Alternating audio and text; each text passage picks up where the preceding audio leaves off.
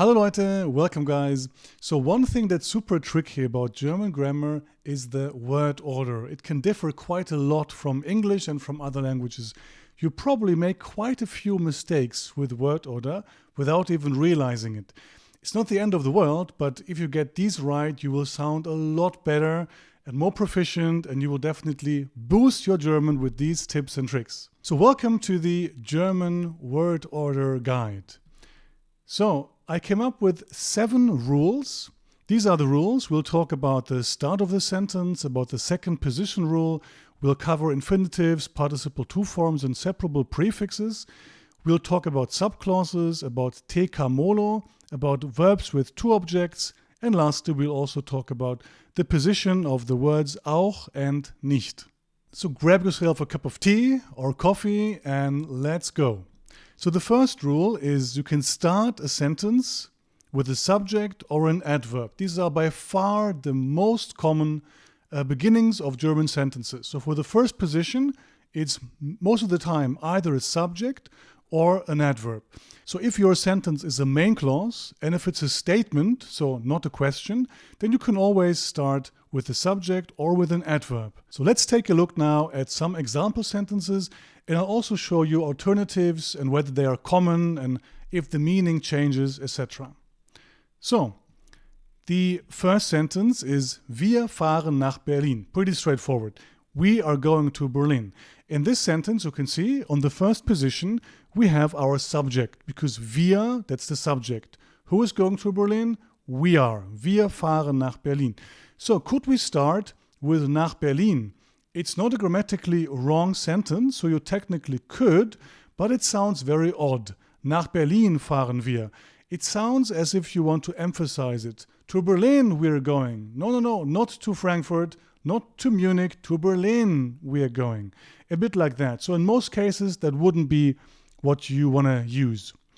Mein Bruder liest ein Buch. My brother is reading a book. Again, super easy sentence. Could we say, ein Buch liest mein Bruder? Well, again, it's not wrong, but also it's a bit strange. You would put a super strong emphasis on ein Buch. No, not a magazine, a book he's reading, something like that. So most cases, you again wouldn't want to use that. But how about an adverb on position 1? That's super common, especially for these time adverbials. Tomorrow, yesterday, in 2 hours, etc. Here it's super common. Morgens trinke ich Kaffee. In the morning I drink coffee. But you don't have to start with adverbs. You can also start with the subject, of course. Ich trinke morgens Kaffee. Very same meaning, they're equally common. Heute regnet es. It's raining today. Again, we start with the adverb here. Again, a time adverb. But you don't have to. We can start with the subject, which is es. It. Es regnet heute. They're totally interchangeable and both super common. It's time now for the second rule. Let's take a look. The second rule is called the second position rule, quite fittingly. In most main clauses, the finite verb must be on the second position. That's one of the most important rules when it comes to German syntax, German word order. The only exception to this rule are questions without question words, hypothetical sentences with the conjunctive zwei forms, and also imperative sentences. But this is an A2 video, so you're probably not using any of these things I said right now, apart from questions without a question word. So for you right now, the best strategy is to put the verb on the second position if it's a main clause and if it's not a question without a question word. Like, are you hungry? Hast du Hunger? Okay, it's time for some examples again. So, for the first example, meine Eltern wohnen in Hamburg. My parents live in Hamburg. So, the verb is on the second position. It's a main clause, and it's not a question without a question word. Something like, do your parents live in Hamburg? Wohnen deine Eltern in Hamburg? So, we need the verb to be on the second position. Could we start with in Hamburg? Yeah, we could. You would emphasize it quite a lot. In Hamburg, my parents live. It's not wrong, definitely, but the important thing is to put the verb on the second position. Some more examples. If you're serious about learning German, you should definitely check out my 27-hour-long Beginners A1 course. Join over 1,000 students that master the A1 German level with me. All details down below. It's the first link in the video description. Sie spielt gern Klavier. She likes playing the piano. Again, we have spielt on the second position. Could we say Klavier spielt sie gern? Yeah, again, it wouldn't be the most standard sentence, but we definitely could say that if you want to emphasize, if you want to stress Klavier. Im Sommer reisen wir viel. In summer we travel a lot. Again, verb on the second position.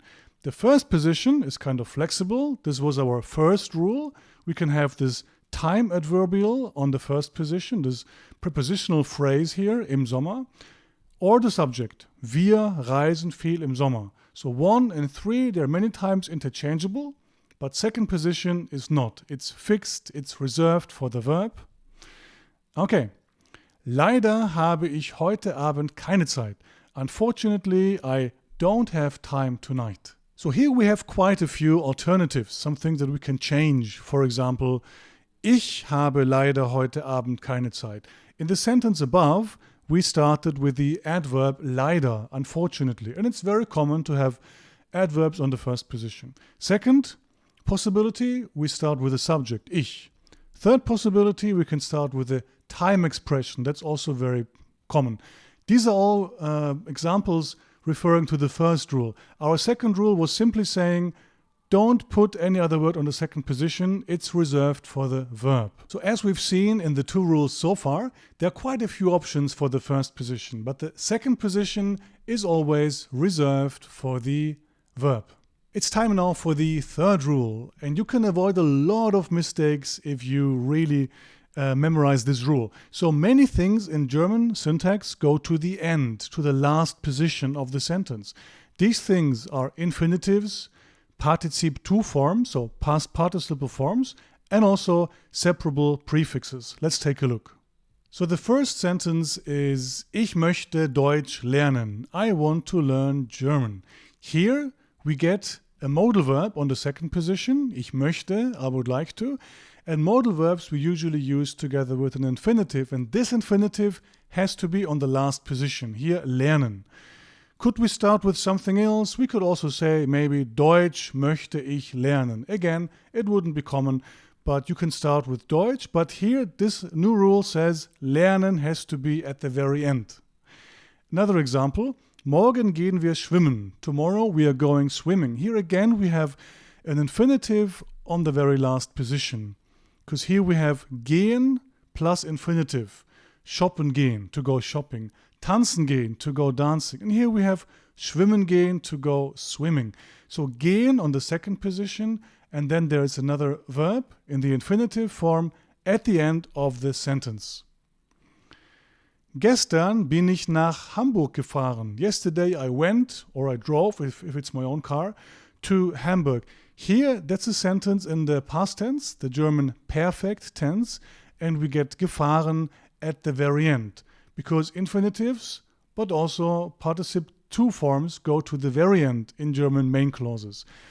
Gefahren is the participle 2 form that comes from fahren. Careful, it's a regular verb. The A becomes an A umlaut. Ich fahre, du fährst, sie, es fährt. A umlaut for the second and third person singular. It's irregular.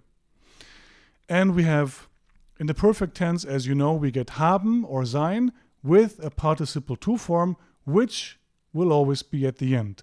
Haben for most verbs, sein for verbs that indicate a change of place or a change of state. Okay. Ich stehe früh auf. So not only infinitives and participle 2 forms go to the end, there was one more thing that goes to the end, and these things are called separable prefixes. Ich stehe früh auf. I get up early. So this comes from the verb aufstehen. It's what we call a separable verb, and this first part, called the prefix, goes to the end of a main clause. So to summarize, there can only be one finite, one conjugated verb within a sentence, within a clause. And if there's another verb form, this verb form must be an infinitive or a participle to form for the past tense, or a separable prefix form. These you have to put rather, at the end of the sentence. The next rule is about subclauses. Here the finite verb, so the verb that you conjugate, the finite verb must be on the last position. Let's take a look. Ich bleibe zu Hause, weil ich krank bin. I stay at home, or I'm staying home because I'm sick. So after certain words, after certain connectors like weil, called a conjunction, after certain conjunctions you get a subclause in German. I'll show you some of them now. And weil is one of them. Weil ich krank bin.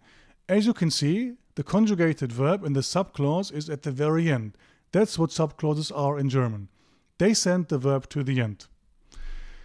We could also say, denn ich bin krank. Very same meaning, by the way. They both mean because. Both weil and denn mean because. Denn ich bin krank, but when using denn, you have a main clause. Denn you don't count, it's position 0. Then ich position 1, bin position 2. So with denn you get a main clause, with weil you get a subclause. Denn is, by the way, part of the aduso group. I'm sure you've heard of it, aduso. That's a group of conjunctions that introduce a main clause, aduso, aber, denn, und, sondern, oder. If you want, we could do another video on this topic. Just let me know down below in the comments. Denn plus main clause, Hauptsatz, weil plus subclause, Nebensatz. Okay. Sagt, dass keine Zeit hat. He says that he has no time.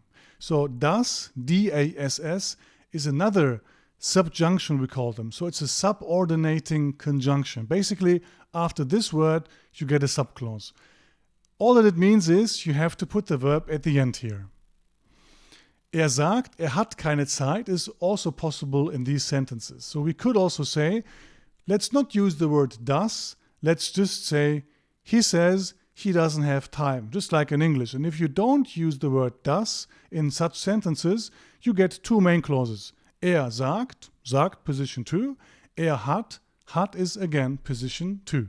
So this second option with the second main clause, it only works with verbs like sagen, denken, glauben, say, think, believe, etc. Whenever in doubt, use a das subclause with the verb at the end. Okay. Ich rufe dich an, wenn ich Zeit habe. Wenn is our third subordinating conjunction. After when, we also get a subclause. I'll call you when I have time. And when has two possible translations in English. When as in a temporal clause, but also if, a conditional clause. Both of these meanings we can convey with wenn in German. So to recap. After weil, das, wenn, als, damit, you get a subclause. These are the most important ones for the A2 and even B1 level. Weil, that's because. Das, it's that, as in I think that, I believe that, I know that. When, we can see in this sentence, if, but also when. Als, we'll see in the next sentence. It's also when, but when used with the past tense verb. So when I was a child, when I went to Berlin. And this last one is so that. I learned German so that I can have a happy life and successful career in Germany. So after these words, we get a subclause. All it means is put the verb at the end. And after these words, we get a main clause, Hauptsatz, aduso words. Aduso is just a mnemonic device to help you memorize these 5 conjunctions. Aber, but, denn, because, und, and, sondern, but, or but rather, when you're going to correct a mistake, and oder, or. Okay, last example for this rule. Als ich ein Kind war, habe ich jeden Tag Fußball gespielt. Just like me. This boy is just like me when I was a kid. When I was a kid, I played soccer every day. So in English, we still have the translation when, but the difference between als and wenn is when we use for general things that happen generally, or present tense or future tense. Als we need for the past tense. When I was a child. Als ich ein Kind war. Okay. So here we have something else that's a bit tricky maybe. In the other examples for subclauses, we always started with the main clause, comma, and then we got the subclause. Here it's the other way around. For the first time, we see the subclause first, als ich ein Kind war, and then the main clause, habe ich jeden Tag Fußball gespielt. It's a very common mistake here. So to avoid this tricky thing, you can always start with the main clause. That's always possible. But if you want to use with the subclause, please memorize, please realize that the subclause is the first position. Even if it's 5 words, 10 words, or 20 words, it counts as one huge position. Nebensatz gleich Position 1. Which means right after the subclause, we get a comma, and right after the comma, we get another verb, and that's the main clause verb, because main clause verbs must be on the second position. That was our second rule of this video. So in this case, the whole subclause counts as position 1, and then we get habe on the second position. So basically, when starting with a subclause, you get all the other words, blah, blah, blah, and then you get the Nebensatzverb, an S-verb, the subclause verb, then you get a comma, and then you get the Hauptsatzverb, the main clause verb. So it's 2 verbs separated by a comma. First, the subclause verb, comma, the main clause verb. So even many advanced students, B1, B2, even C1, make this very common mistake. So we get subclause verb at the end, war, and we also have gespielt. That's a participle 2 form. It needs to be at the end of the subclause. So we get lots of interesting things combined in this sentence. So now you know, after certain words, you get a subclause, and in subclauses, the verb must be at the very end. The next rule is the TeKaMoLo rule. Maybe you've heard of this mnemonic. If you haven't, I'll show you in a second what it means. But the short version of this, a bit, longer rule is time before place. Whenever in doubt, put the time before the place in German. Examples. Ich gehe morgen ins Kino. I'm going to the cinema tomorrow. In this sentence, we have a time and we have a place. The time is morgen, tomorrow, and the place is cinema. Kino, ins Kino. And the rule basically states, or the short version of that rule, and that's the most important part for you, the short version indicates or states that you have to put the time before the place. It's standard and you will sound normal, and unless you don't want to emphasize the place, no, to the cinema we're going, otherwise, unless you want to do that, you should mention the time first and then the place. So the heading of this rule was TeKaMoLo. What does it stand for? It's a mnemonic and it stands for temporal, causal, modal, lokal. Temporal is temporal, so a temporal element like morgen here. And the last word, lokal, is local, as in has to do with a time. And these are the most important elements that we mostly get. Temporal and lokal. So in proper English, in plain English, time before place. The other 2 elements in between, we get ka, and that stands for causal. It's causal, so it gives you a reason. And the third element is mo, it stands for modal, and it shows you how something is done. Like fast, quickly, like it can be adverbs, or things like by bus, I will go there by bus, or I will go there with my brother. So anything else that's not temporal and not causal and not local will probably be modal. That's a good rule of thumb.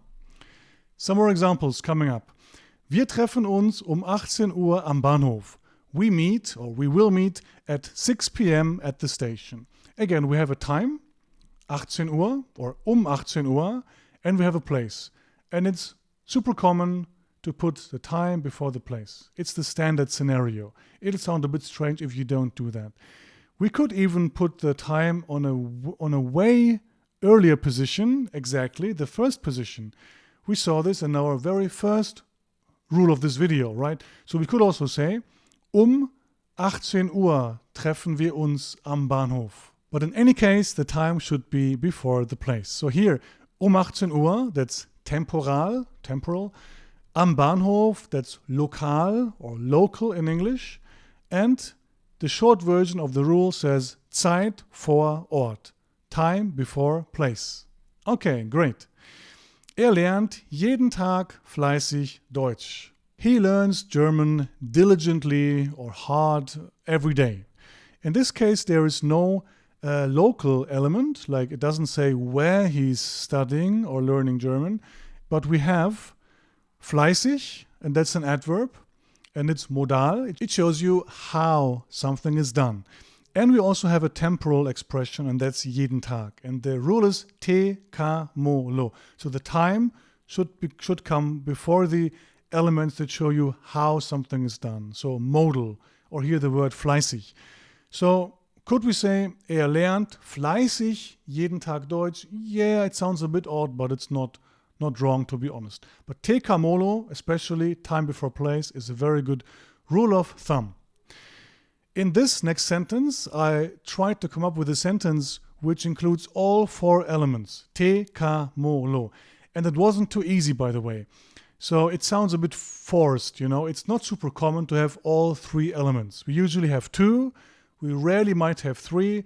All 4, that's super rare. It took me a while to come up with a sentence that sounds, relatively normal.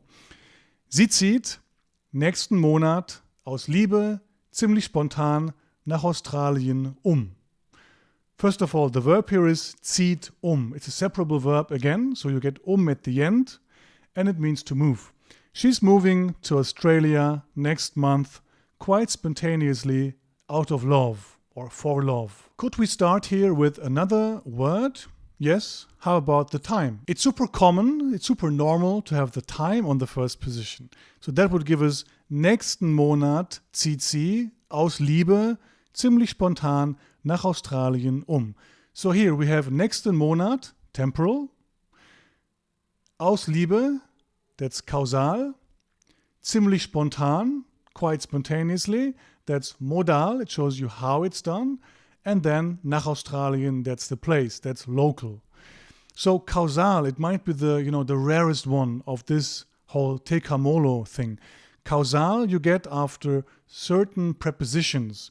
Mostly it's going to be wegen, that's because of, and sometimes you also get aufgrund, a bit less common, and with certain words you use aus, like I did in this sentence, aus Liebe, for love, aus Angst, for fear or because of fear, etc. But mostly the most important one is wegen, because of. Okay, great. Now you know what TeKaMoLo is. The short version is enough for most sentences, time before place. The next rule is about verbs with 2 objects. Sometimes we have a dative object and also an accusative object. In such sentences, the dative comes before the accusative, unless we have an exception, which we'll talk about in a second. So the first sentence has the verb schicken, and schicken is to send. Schicken, we also have senden, they are synonyms. Ich schicke dem Deutschlehrer eine E-Mail. I send, or I'm sending, or I will send the German teacher an email. So this verb has 2 objects. We have schicken plus die, so plus dative, but also plus a, accusative. So with these verbs, most of the time, 99%, you will get a person for the dative object, and you will get a thing for the accusative object. Dative, Person, Accusative, Sache. Dative, the person, accusative for the thing. Also in our sentence, we get dem Deutschlehrer, that's the person in the dative case, and then we get a thing, the email, in the accusative case. And you would always start with the dative. So dative first and then accusative. Next sentence.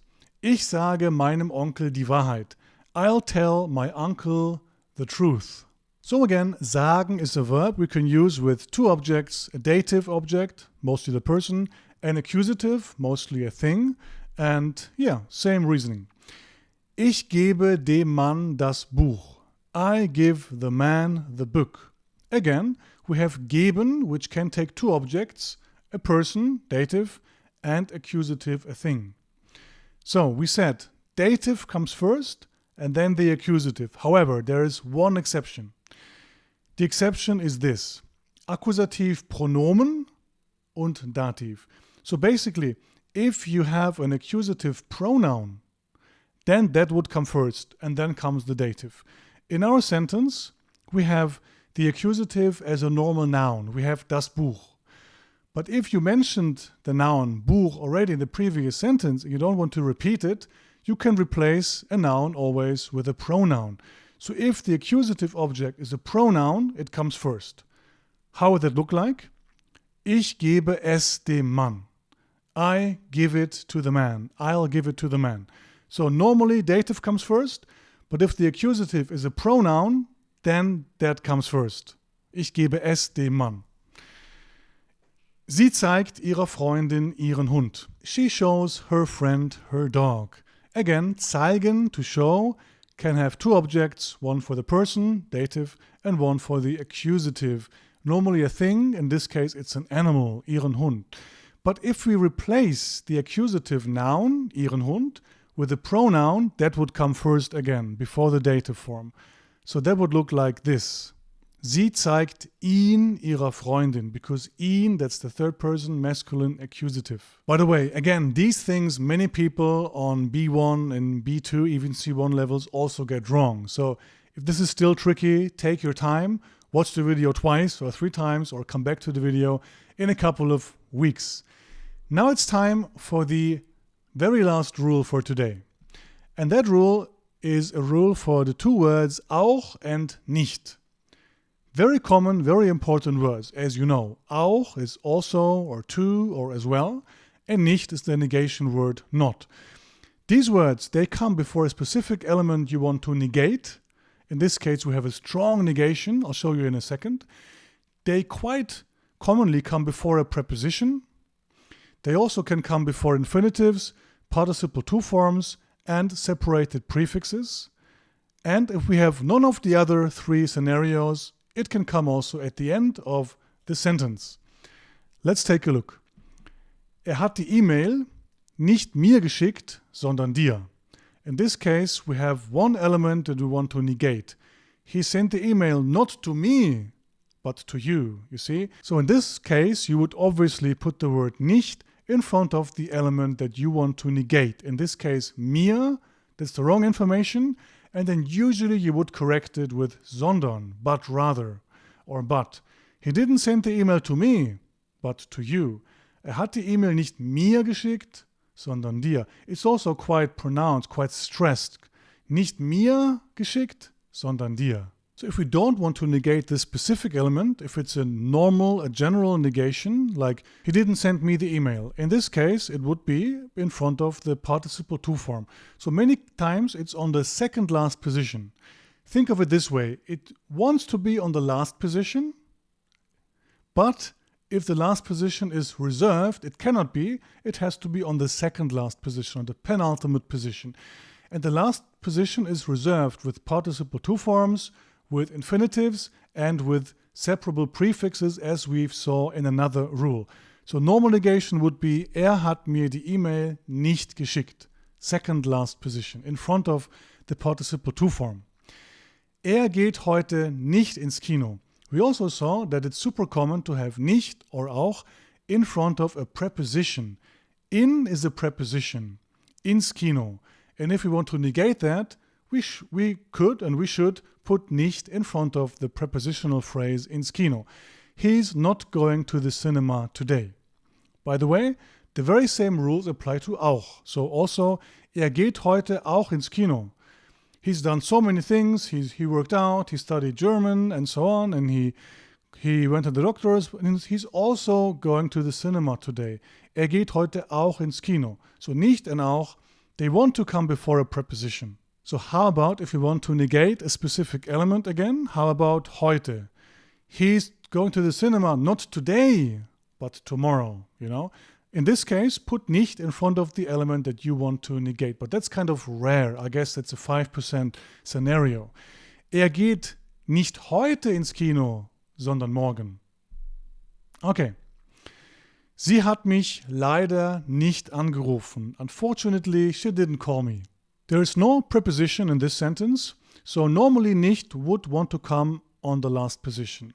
But it's reserved. We have a sentence in the perfect, the past tense here, and angerufen is on the last position, so let's put nicht on the second last position because the last one is reserved.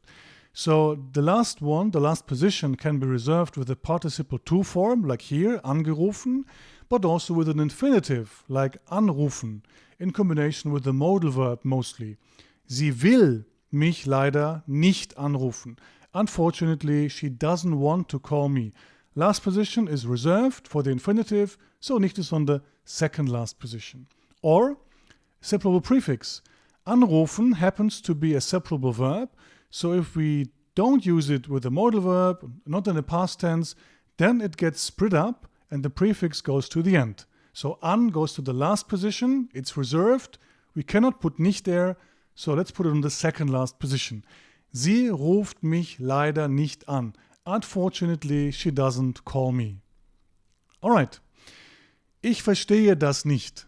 I do not understand that. So finally we can see nicht on the very last position. There is no word on the last position, taking up the space. There is no infinitive, no participle to form, and no separable prefix. So in this case, and there's also no preposition. So in this case, nicht will be on the last position. And same rule for auch. So also, ich verstehe das auch. I also understand that. Same rules for nicht and for auch. How about using nicht and auch together? That happens sometimes. In English, you would say not either. I don't understand it either. Like, you don't get it and I don't get it either. In German, ich verstehe das auch nicht. So first the auch and then the nicht, if you want to combine them. Alright, now which of these rules didn't you know already? Which of these rules were the most important ones to you? Please write a comment and also write at least 3 example sentences. See you next time.